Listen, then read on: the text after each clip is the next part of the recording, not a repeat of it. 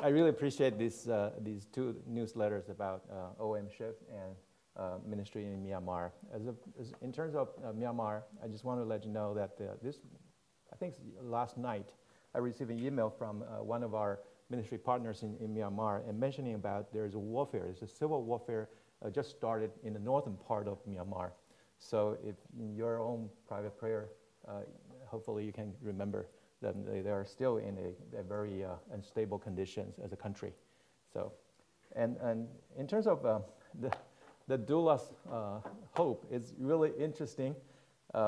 It brings the memory about, let me count, about 40 some years ago, when I was still a believer, a young believer in a small, tiny Chinese church in Buenos Aires, Argentina.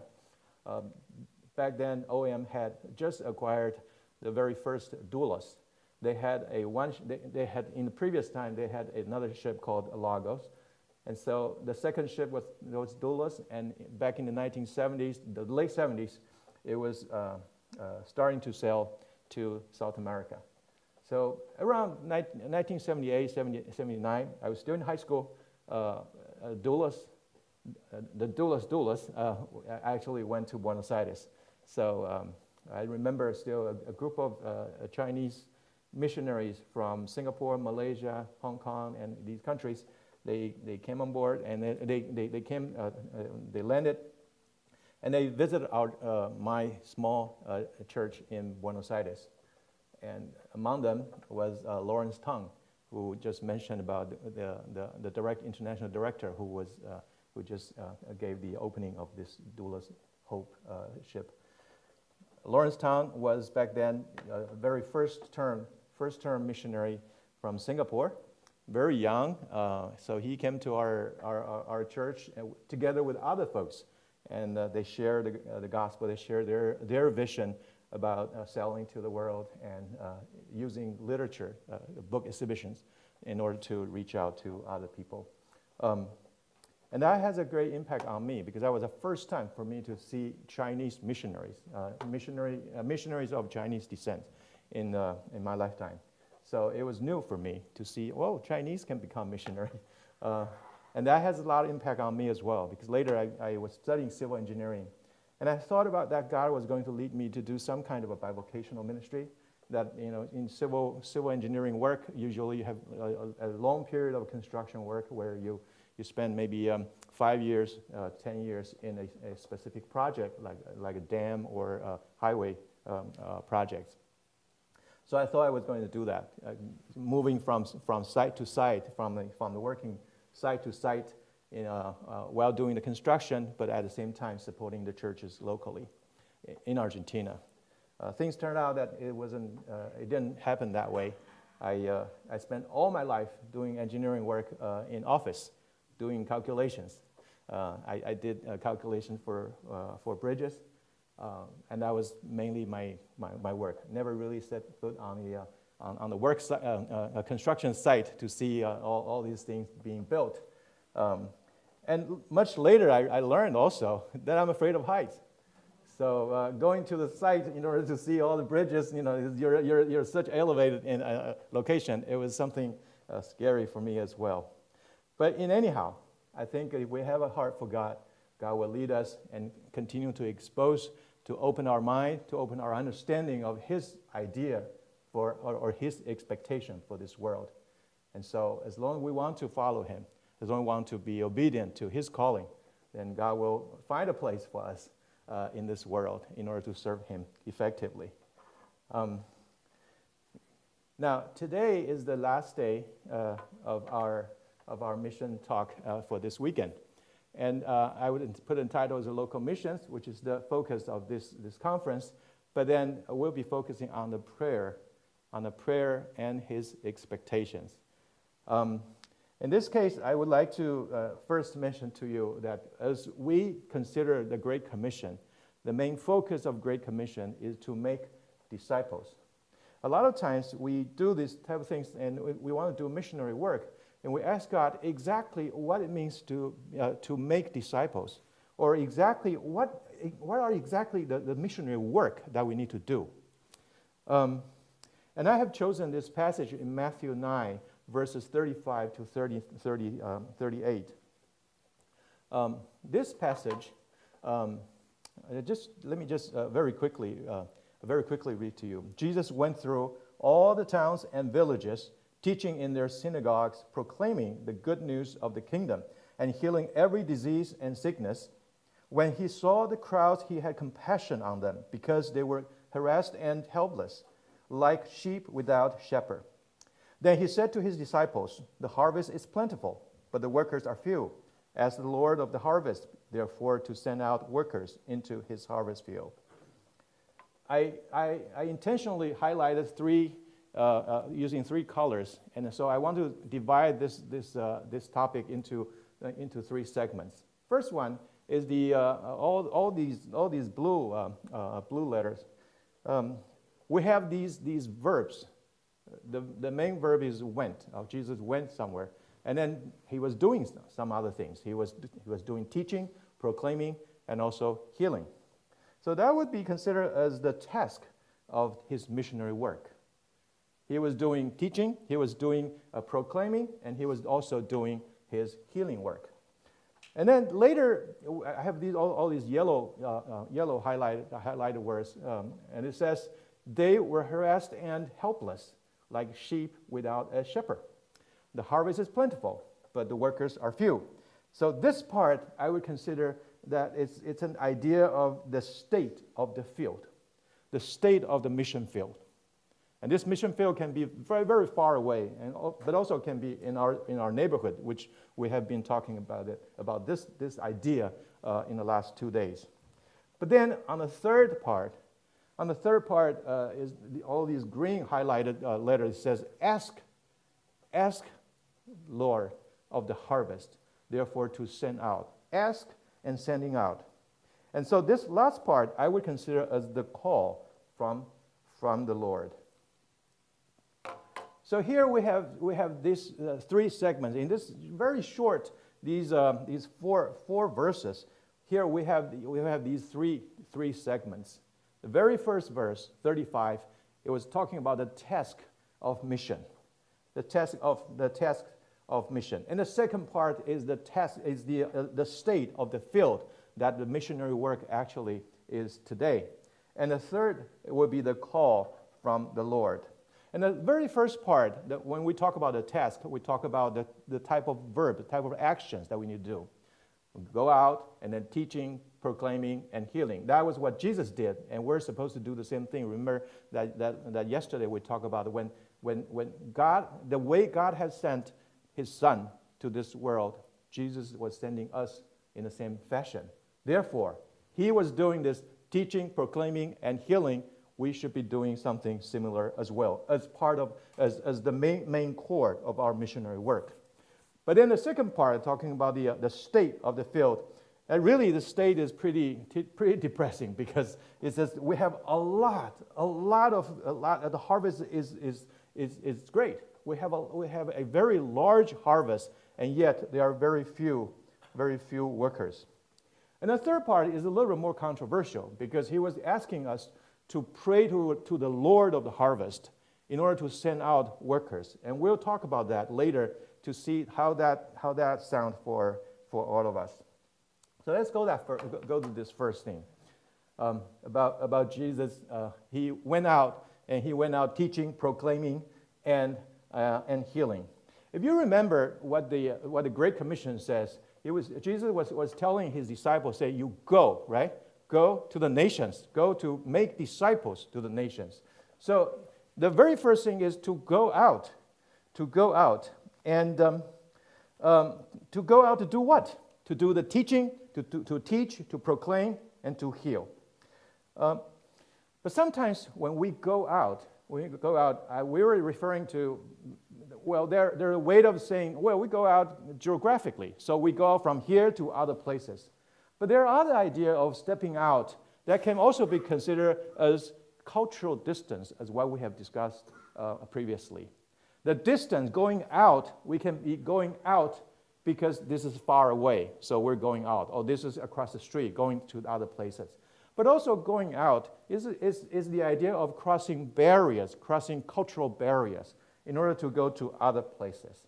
So mission, we're talking about going out, but going out not only geographically, but also culturally, which means that, yes, God may have called us, some of us, to do foreign missionary work, overseas missionary work, to be a full-timer, to be bivocational. So you will go to other places, like Myanmar, for example.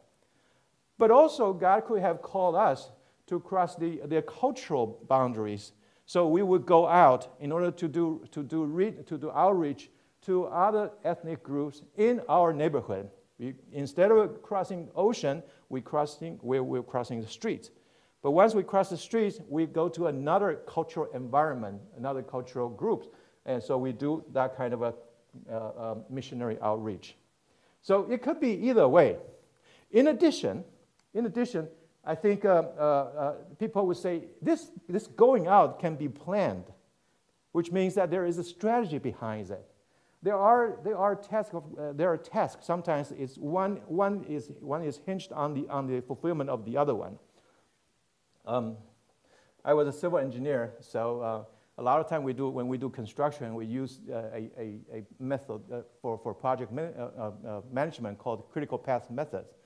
And so with all the tasks we put together, there's only one critical path where they're all hinged on the completion of the previous task in order to have that done. Say, for example, if we want to reach out to a so-called unreached people group, there's a need for strategy. First of all, we probably need to send out missionaries to be there. And if this is a more remote area or more remote ethnic group, we need to send out missionaries, go there, and then to learn their language, their language, and maybe they don't even have a written language, so have to live among them, learn their verbal language, and then invent a written language for them, and then using that invented language to translate the Bible for them, and then you go back to teach them how to read. So there are sequence of tasks that you need to do, and that requires strategy. So when we go out, sometimes we need to go out with some plan. We need to have plan. But sometimes in God's world, in His missionary work, in His sovereignty as well, sometimes these are not things. There are things that are not planned. They are not planned. For example, persecution. When persecution happened, people start migrating. People start moving around. When warfare started, people start moving around, try to avoid that. When in the book of Acts, for example, when the apostles and the Christians in Jerusalem, they were actually persecuted, and so some people stayed. The apostles, they stayed in Jerusalem, but there were other Christians. They decided to move out, so they were traveling around in the Middle East, and eventually they found some place that's safer, so they stayed. But while they were traveling around, while they're moving around, and finally when they settled in somewhere, there were two types of people. One, they continued to serve among the Jewish community. So they were trying to reach out to the Jewish people with the gospel of Jesus Christ. But there were another group that they were bilingual, because they were not only able to reach out to the Jews, but they were also they were able to speak in Greek. So they were reaching out to the Jewish community, Jewish in diaspora, who spoke Greek. That eventually these people reached out to other non-Jewish people in the region. So these are things that were not planned, because if they had to plan, they have to overcome a lot of ethnocentrism. If they feel like this is important, we're Jewish people, we're God's chosen people. People need to be like us in order to go to God. So God used this opportunity here because of the persecution. This is something that was unplanned, but they took advantage of what God has given to them. All these opportunities that they had. So they started to create churches, but not only churches of Jewish background, but continue to be cross-cultural, multicultural, etc. Even the church of Antioch was a typical representative, typical example of this type of movement. So no matter what,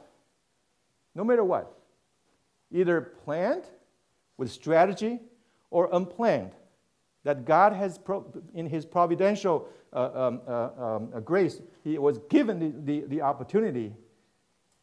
Believers, we're supposed to be faithful to His calling.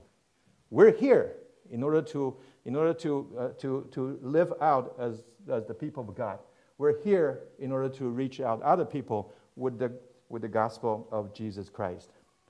A lot of times, we do have a lot of fear, concerns about reaching out or about interacting with other people through the gospel. We will probably ask the question, say, what if people reject me? What if people look down on me if I share the gospel? What if I failed? What if it becomes an embarrassing situation where I have difficulty to continue my friendship with my friend? What if people decide to unfriend me? Or what if people criticize me? If we want to be followers of Christ, then all these type of what if, we should be disregarded. We should be put them aside and continue to focus on our allegiance to Jesus Christ. But here, not only by going, here he's actually, in this passage, actually it was giving us a very specific task of what the missionary work is. It includes teaching. Remember, in a Great Commission, one of the major work that we need to do is to teach people whatever Jesus has taught before. So people would obey, would follow Jesus Christ. So that's one important thing. It means that we need to disciple new believers. But the second part is also proclaiming. Proclaiming means that you have to share the gospel itself. The gospel is actually a story, a history, that whatever Jesus has done and He has lived out during His time on earth. And so if we just interact with our non-believing friends with good deeds, with good behaviors, sometimes it's very difficult for them to understand the complexity of sin, the complexity of disobedience to God, rebellion to God, the complexity of salvation, the complexity of redemption. The whole idea was not easy to understand. Therefore, the gospel needs to be preached, needs to be explained, to be verbally proclaimed. So, in one sense, that yes, we need to share the gospel because this is a good news. If it were news, that means that news is to be propagated, to be proclaimed. So gospel is good news, and news needs to be proclaimed. And so Jesus proclaiming the gospel, but at the same time He was teaching. So when people believe in Christ, when people receive the gospel, then there's a work of teaching in order for them to become a true disciple of Jesus Christ. But then here comes the third part, the healing the sick. In Jesus' work, He included the work of healing the sick, which means that in this case, we will understand that our gospel work, our missionary work, is not only focusing on the spiritual matter, but also we need to meet the people's physical needs. And this comes with the idea of the so-called integral mission, or in other way of calling it is a holistic mission. The holistic mission. So the idea is that you need to disciple the new believers. So there's element of teaching. You need to proclaim, you need to explain the gospel because people wouldn't understand just seeing good behavior. But then we also need to try to reach out people with the idea of the meeting their physical needs. And so this is the so-called the integral mission or the holistic mission that has a lot to do with the community development and the services that we do, the so-called the social actions. Now, this whole idea of integral mission doesn't come easy in the evangelical church, because in 1974, in the Lausanne Congress for World Evangelization, there were two accomplishments that were major accomplishments. One is the introduction of the idea of the so-called unreached people group. Unreached people group that I have mentioned on Friday, that in 1974, that idea was introduced. And that whole idea of reaching out to the unreached, this whole idea has been the major focus of Christian or evangelical missionary efforts in the past 30, 40 years. But there's another contribution of the Congress, which is the idea of integral mission. Back then, a lot of people were very afraid of the idea of social actions as part of a Christian responsibility, because we were just coming out of the debate between the liberalism and fundamentalism. And so people were very concerned if we focus too much on social actions, we will lose our focus of proclaiming the gospel. We will lose our focus of evangelism. And yet, there were a group of theologians back then in 1974, mainly not American, mainly from outside of the United States, South Americans, South Africans, British from Europe. They have been claiming that, you know what, actually there is a need. There is a need in order to, because there are social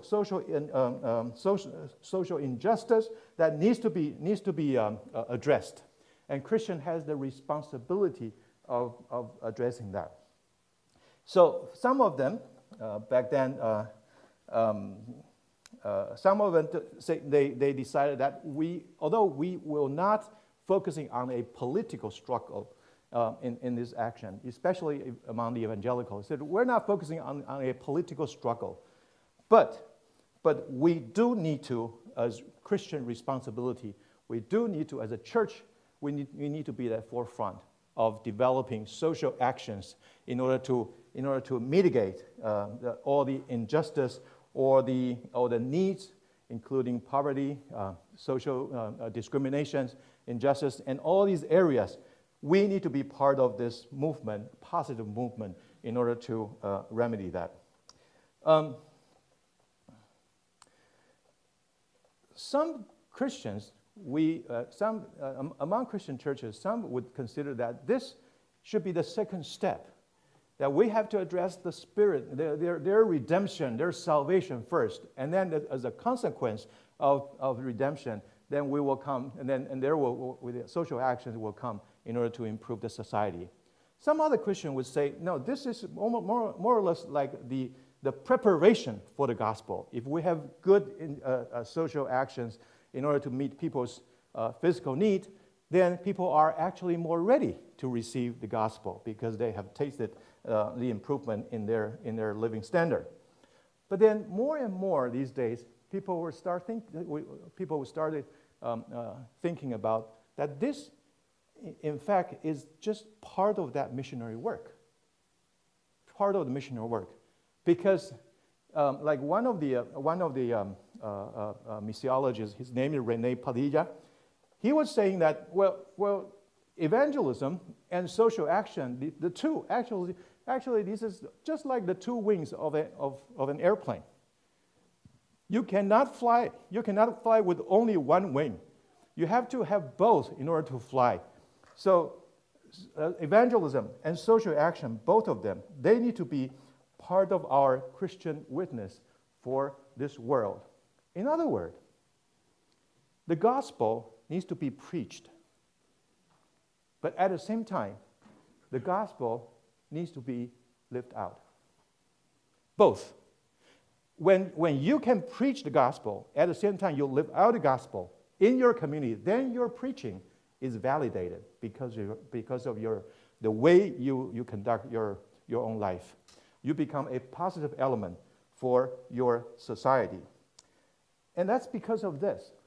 So at the end, in the Lausanne Congress, in its own, the so-called Lausanne Manifesto or Lausanne Covenant, then they add a whole chapter on the social responsibility of the Christian.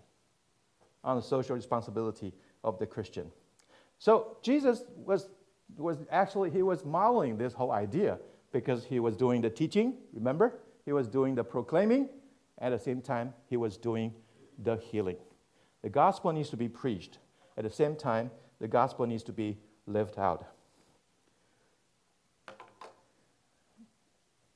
Now, the second part, when we talk about the state of the mission field. The state of the mission field, I would say, it seems like from Jesus' description, was pretty miserable anyway, right? And I was thinking about the suffering of every generation. The other day I was thinking about the suffering of every generation. My father's generation, he had a lot of suffering because he was living in a generation where you have all these Second World War. He had to run away from the war, and also he was facing the Civil War in China. So he has his own suffering. So usually, from the older generation, when they look at us, they say, "But you guys are blessed." Right? Usually that's the case, right? You guys are blessed because think about it. In my time, life was so difficult. So he had a lot of suffering. He had war. He had to run away from war. He had to do a lot of different things. In my generation, I was living in Argentina. So in my time, mainly in Argentina, in my time, I was living under a military government, martial law. I have all these, if you check history, between 1970 and 1980, that's the worst time in Argentina in terms of human rights. Okay, there's even a name historically calling it dirty war. It's a war that's dirty. War is always dirty, but that's called dirty war. And also, I was living in my time. I was living through the warfare Argentina had with Great Britain in the so-called Falkland War. If you're from China, you would call that the Malvinas. And then, so I would say the same thing to my children. I said, my generation, we had a lot of sufferings, but you guys are blessed. And he would probably reply to me. He said, no. My generation, he was born. My children, they were born in the United States. He said, we have our own problem as well. We have our own suffering. I said, what kind of suffering do you have? He said, I have September 11. September 11, he was little. He was living in New York. For a period of time, he wouldn't fly. He wouldn't take any flight. He wouldn't take that. So he had September 11. He has pandemic, right? My children have pandemic. We have all kinds of racial tension. That I didn't have to experience that back in my time. And maybe my children would have the identity conflicts and all these type of things. And maybe they have spinal problem because of the invention of the cell phone. All these things, that's a problem of another generation. Every generation has its own problem. But then Jesus here described this. He said, this is like what? This is like sheep without shepherd. Because all of us, in time of turmoil, we all need some sense of direction. We need a shepherd. We need a shepherd. In addition, he also talked about the harvest. He said the harvest is plentiful. Harvest is plentiful. He has a lot of people who don't know Christ. If we more or less to summarize all the people who don't know Christ into different groups, we would say, for example, people who profess those Eastern religions like Buddhism or Hinduism, they have a very different worldview from Christians, from our Christian worldview. Because for us, life is linear, right? We continue to go forward. We will never return. We only live on earth only once. For them, it's different, right? The way they see the world is cyclical. Right? There's a whole idea of reincarnation. You die, and you have the next life, and you have a next life, you have another life. So this whole worldview is very different. No wonder it's not easy for them to understand the gospel and yet even to receive the gospel. But then for the Muslim world also, because they share the same story as we have, and yet they have a very distorted understanding of that story. They interpret very differently. They got different conclusions, and therefore they would map out their own worldview very different from us. When we talk about the so-called nuns, the so-called the atheist or the agnostic in the West, then this is a group of people who are very indifferent to any institutionalized religion. And maybe they're also very, not only indifferent, but also very distant, or maybe even distaste. And then we have, in many parts of the world, we have all these people who profess to follow the so-called folk religion. They were living under fear of some kind of uncontrollable spiritual power. And they definitely need that mighty power of Jesus Christ, of the gospel, in order to set them free. So yes, it's true. The harvest is plentiful. There are so many people that they would need the gospel. And yet Jesus said, but there are very few workers. Very few workers. And this is the contrast that Jesus was making. That you have a very large field, and yet you have very few people who are willing to do the work of whatever he did, of teaching, proclaiming, and also the part of healing. Today has been even more difficult to do gospel work. When earlier sharing about Myanmar is a country that is extremely difficult to get in with a visa. You talk about missionaries. No wonder your workers, they are nationals. They're Burmese. Because for an outsider, it's extremely difficult. Not even talk about the stability of the government and things like that, of the society. But it's very difficult to get a visa in order to stay there. So missionaries, it's not easy to be there. Today there are a lot of difficulties and challenges, and yet the Bible here, Jesus is telling us we have a very large field, and yet there are very few people who are ready to do the kind of work. Lost sheep can be very distant from us. Lost sheep can also be very close to us. Lost sheep can be cross-cultural, can belong to another cultural group. But lost sheep, sometimes they also belong to the same group among us. They all have needs. They all form part of this plentiful harvest. But then we come to the last part. This last part is interesting because last part says that therefore, that we have to ask. We ask the Lord of the harvest to send out workers to the harvest. So here it seems like there are only two verbs. One is we have to pray or to ask. The other one is to send out. So one is our job, right? It says we have to ask, we have to pray. It's our job. And then there's another work, which is God's work. He said, send out. We ask the Lord of harvest to send out workers. So we will do our job of praying. He will do his job of sending out. It seems like this way. But there are maybe some nuances that we need to understand. First of all is the idea of workers. There's a shortage of workers. This is a passage that we often hear in retreats in other places. But actually, this is very true. We have a lot of places that we need workers. If you come here today, you tell me, Pastor, I want to become a full-time missionary. Tell me where I can go. I can just give you 5 places for you to choose from our mission, not alone talking about other mission organizations. There are a lot of needs for a missionary to do work. But also, because of the people have come to our neighborhood, that local mission becomes a clear need. And therefore, all of us, we can become this massive amount of workers in terms of missionary work in our neighborhood. And that will be something that we need to talk a little bit later today. And what about prayer? What about prayer? This is a part that's very tricky in this passage because here Jesus is asking us to pray. Asking us to pray.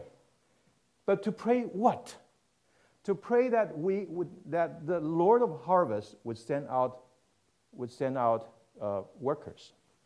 Now let me ask you a question. Does God know that he needs to send out workers? He does. So he already knows that. Why did he ask us to pray to him? This is a little bit contradictory. He's asking us to pray to him as if he is not aware of this, as if he's not willing. So we have to pray to him and try to convince him, you know what, God, the harvest is plenty. Please send workers. And so he would send out workers according to our prayer. Is that how this passage works?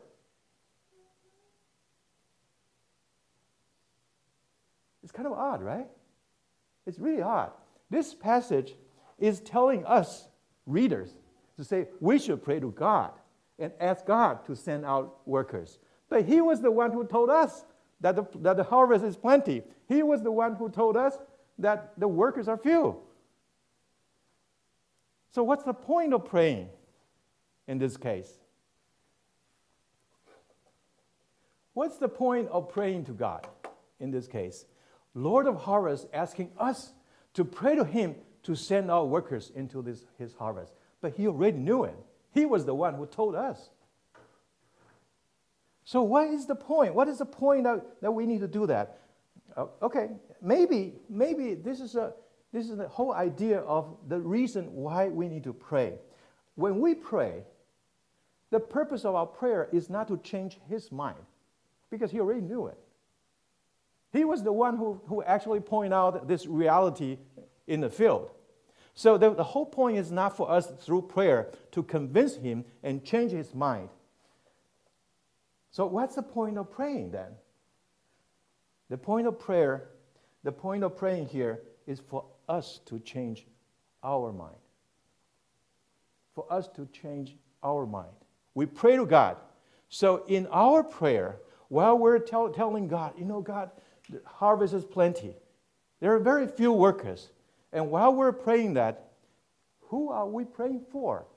Are we praying that God, so you send out the other guy, other people? Or we should be asking God, what should I do when the harvest is plenty? When you want to send out workers, what would be my responsibility? What would be my role in this case, in this prayer?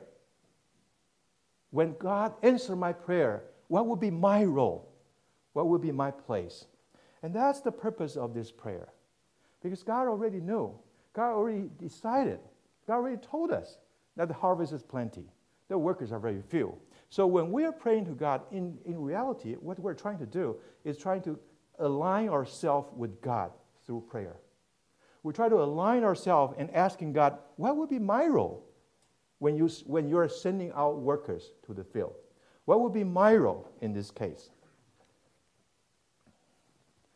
So actually, this prayer is for us to try to understand God's heart, the will of God. Try to align ourselves. Try to align ourselves in the mission of God.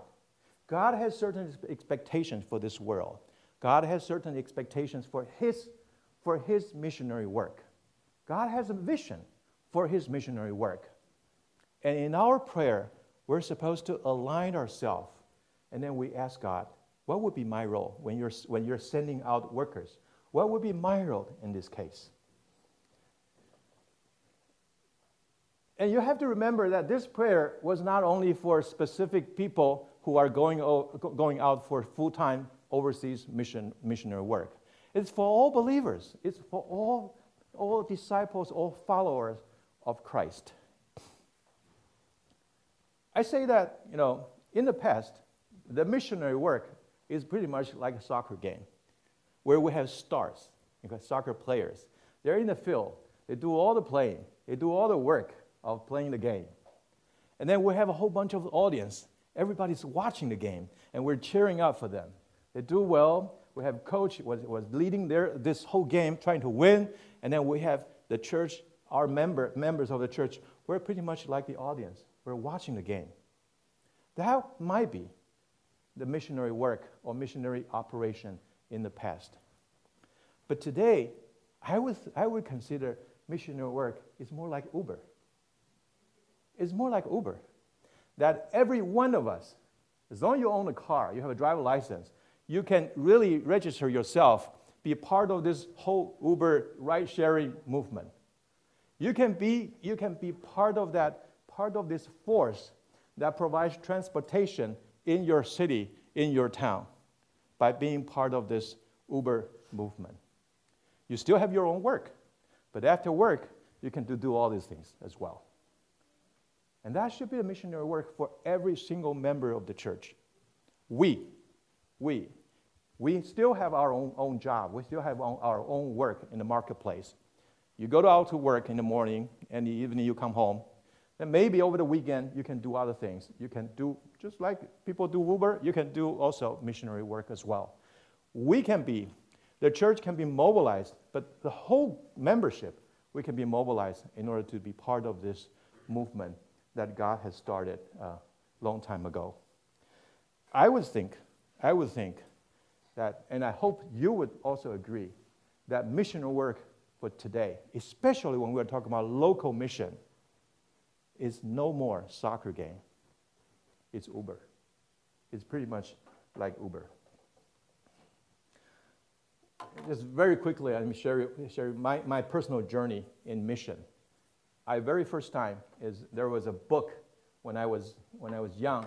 I read a book called Stephen the Chinese Pastor. This is a pastor who founded a mission organization in England called the COCM. And he said, where the Chinese are, the Christ must be. So I was asking God, well, sounds like a good thing. Should I do something similar in Latin America?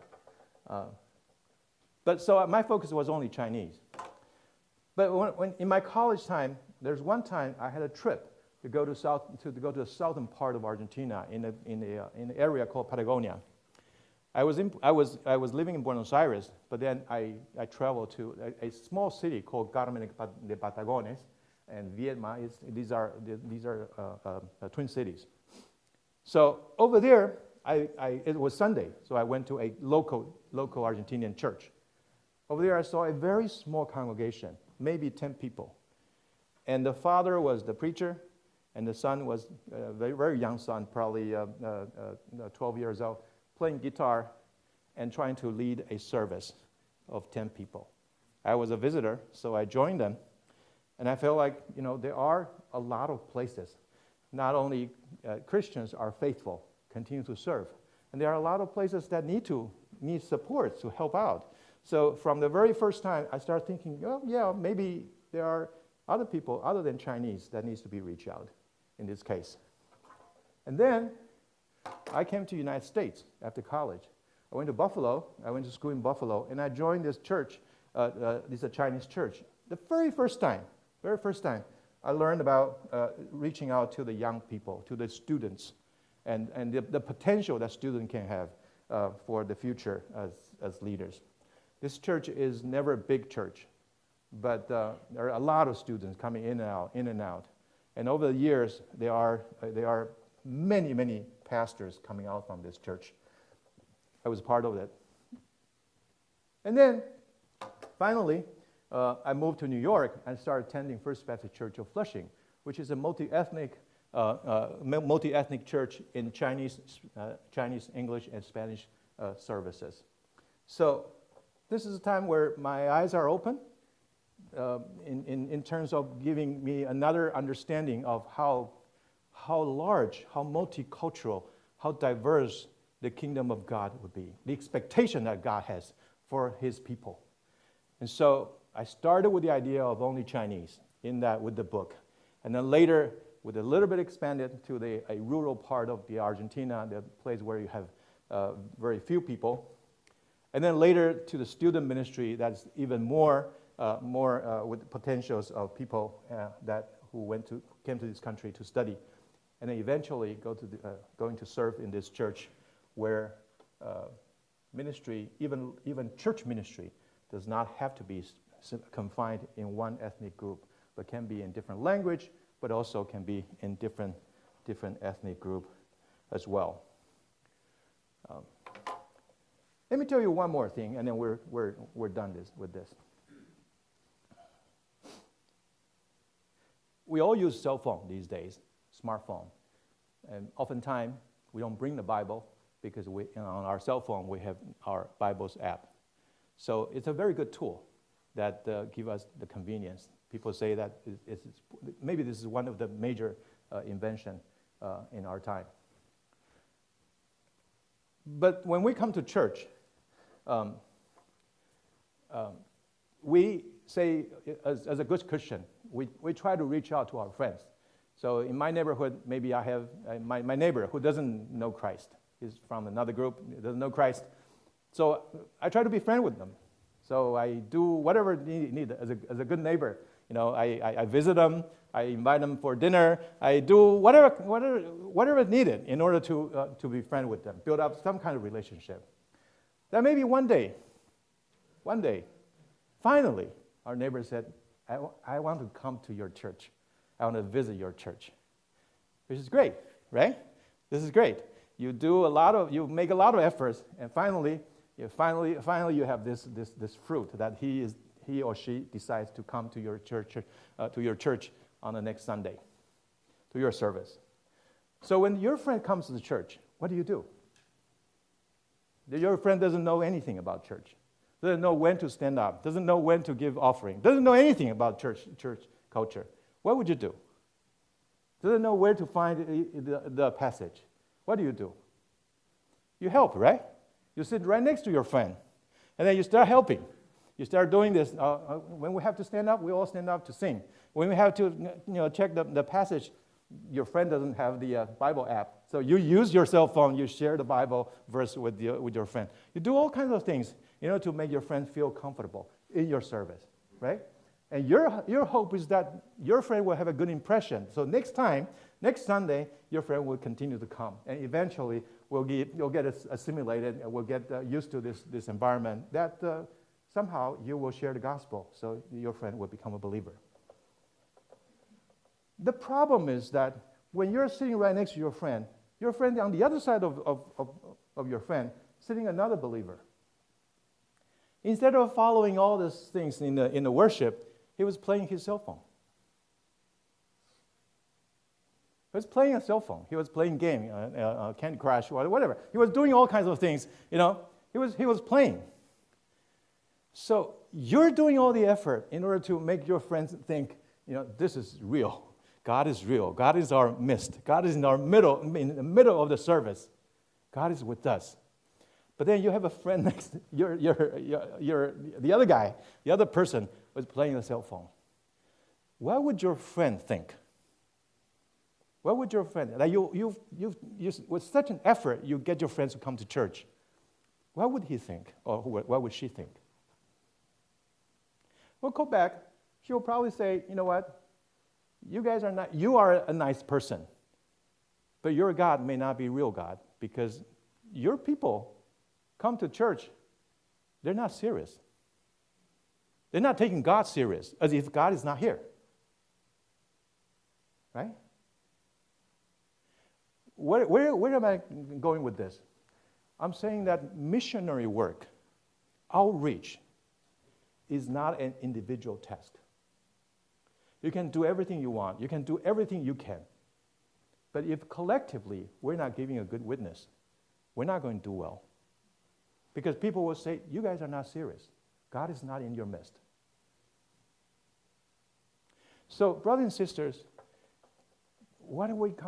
my hope is that when we come out from this service, when we come out from this weekend, I want you to remember, yes, the mission field has come to us. Therefore, local mission is important, is our focus. We need to reach out people in our neighborhood. But this work, it has to be mobilized. It's not a work that belongs to an individual or some people who are more passionate about God's mission. It doesn't belong to the few individuals. It belongs to everyone. Missionary work belongs to the whole congregation and belongs to the whole membership. If you're a member of the church, we need to live out as the people of God in this neighborhood. So people will see us and then say, these guys are serious. And I can see that it seems like God is in their middle, in their midst. I want to check out. We want to do local mission. We need to be united.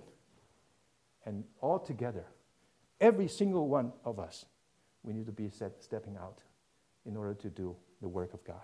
Let's pray. Dear Heavenly Father, we come to you. We just want to tell you that, Lord,